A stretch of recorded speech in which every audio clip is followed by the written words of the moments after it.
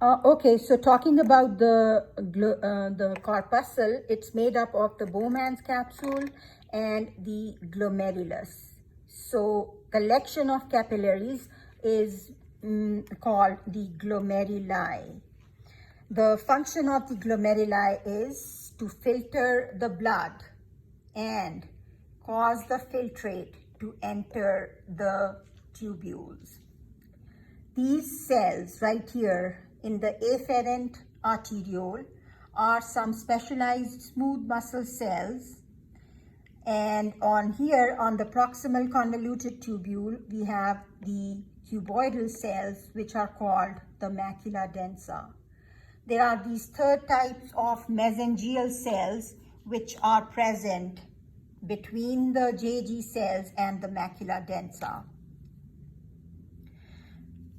These JG cells can also be sometimes present in the efferent arterioles, and the macula densa cells can also be sometimes found in the distal convoluted tubules. These three structures are making your juxtaglomerular apparatus.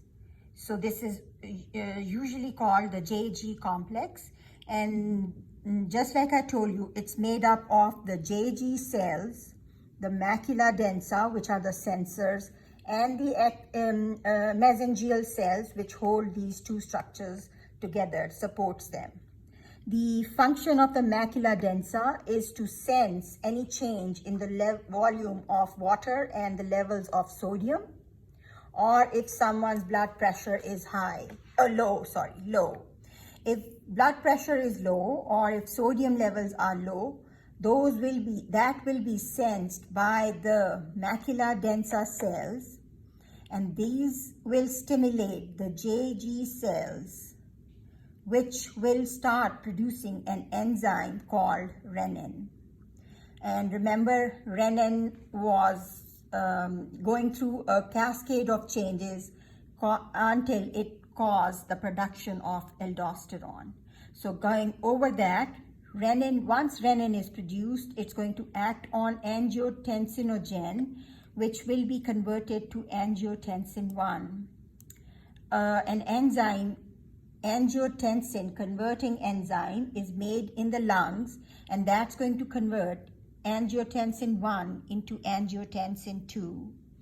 Angiotensin 2 is going to act on the adrenal cortex, especially on the zona glomerulosa, to produce aldosterone.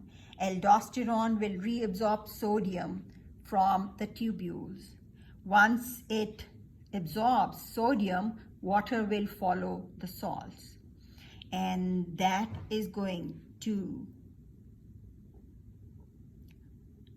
increase the volume of blood, and that will increase the blood pressure. Now, another thing that I wanted to tell you was the 4 different functions of angiotensin 2.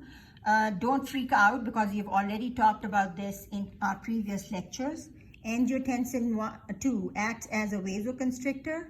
It stimulates the thirst centers. It causes the production of antidiuretic hormone. And the fourth one was that it stimulates the production of aldosterone. I hope this helps people. Take care.